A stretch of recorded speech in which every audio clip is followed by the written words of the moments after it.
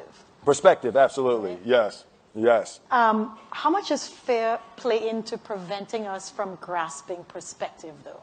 Oh no, fear is everything. Yeah, like if there was one concept that I would suggest to people to take a daily confrontation with, is fear.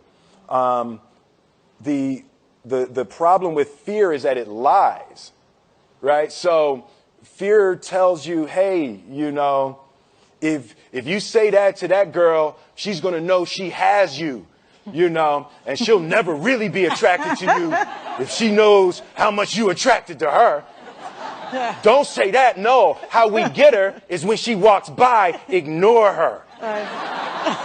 Right, it's a you know, it's like pop it on your shoulder. Fear tells you dumb shit like that, right? You know, so you know, for me, the daily confrontation with fear has become a real practice for me since about three years ago.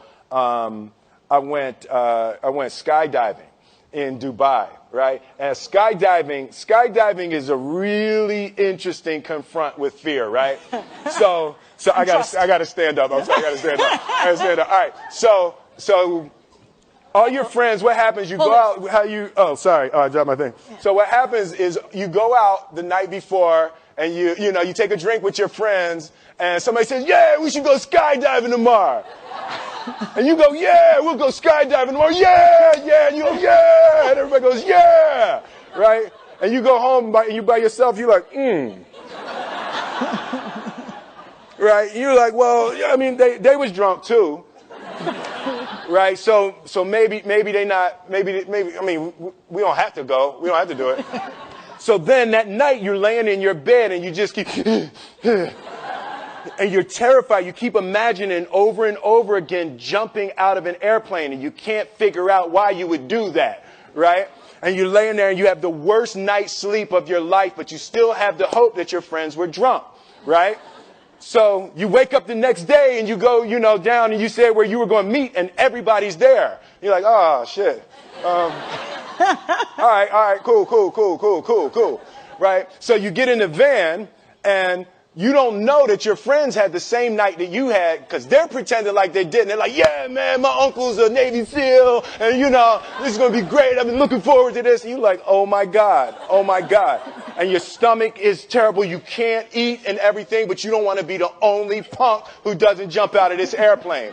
So you get there and then you have the safety brief. And you're standing there, and the guys will tell you, well, if the chute doesn't open, what's going to happen is you're doing, well, why the hell, what could happen? That the chute wouldn't open, right? So you do a thing, and what you do is your first jump, you're attached to a guy who is going, you know, he's going to walk you out. So you go, and you get there, and there's an airplane, and nobody's stopping. Everybody's still going. So you get onto the airplane, and you're sitting there, and you know, it's extra because you're sitting on some dude's lap, some stranger.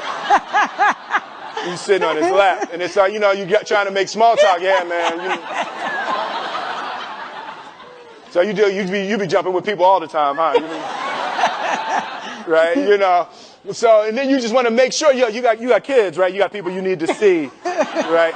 You just want to make sure he's serious, right? So you get in there. So everything's normal. So you fly and you go up to 14,000 feet, and you notice there's a light. It's red. And it's yellow and green, right? So right now the light's red. So then you start thinking at some point the light's going to go green, but you don't know what's going to happen, right? And you wait and it goes yellow and the light goes green and somebody opens the door. And in that moment you realize you've never been in a freaking airplane with the door open. Right? Terror. Oh, sorry, I'm spitting. Oh, sorry. No, terror. Right? So you go, and then, you know, if you were smart, you sat in the back so you don't go first, right? And then people start going out of the airplane. And you go, and the guy walks you up to the end of the thing, and you're standing, and your toes are on the edge, and you're looking out down to death. And they say, on three. And they say, 1, 2, and he pushes you on 2 because people grab on 3, right? Right? And you go,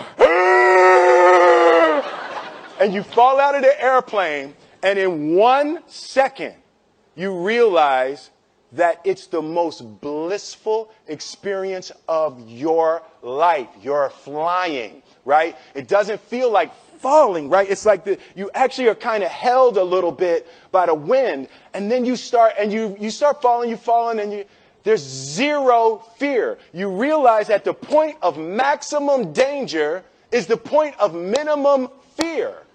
It's bliss. It's bliss. And you're flying. Right? And you're doing that. And then 20 seconds, 25 seconds, 40 seconds. And you have enough time to just kind of be like, oh, shit, that's that building. I saw like that one. Oh, you can see the ocean. Right? You start doing all of that. And the lesson for me was, why were you scared in your bed the night before? What do you need that fear for? Just don't go. Why are you scared in your bed 16 hours before you jump? Why are you scared in the car? Why could you not enjoy breakfast? What did you need that? The fear is fear of what? You're nowhere even near the airplane. Everything up to the stepping out, there's actually no reason to be scared. It only just ruins your day. You don't have to jump. And then in that moment, all of a sudden, where you should be terrified is the most blissful experience of your life. And God placed the best things in life on the other side of terror. On the other side of your maximum fear are all of the best things in life. You know? Mm-hmm. So that was sorry. So that was, no, it was good. That was my experience with skydiving and fear.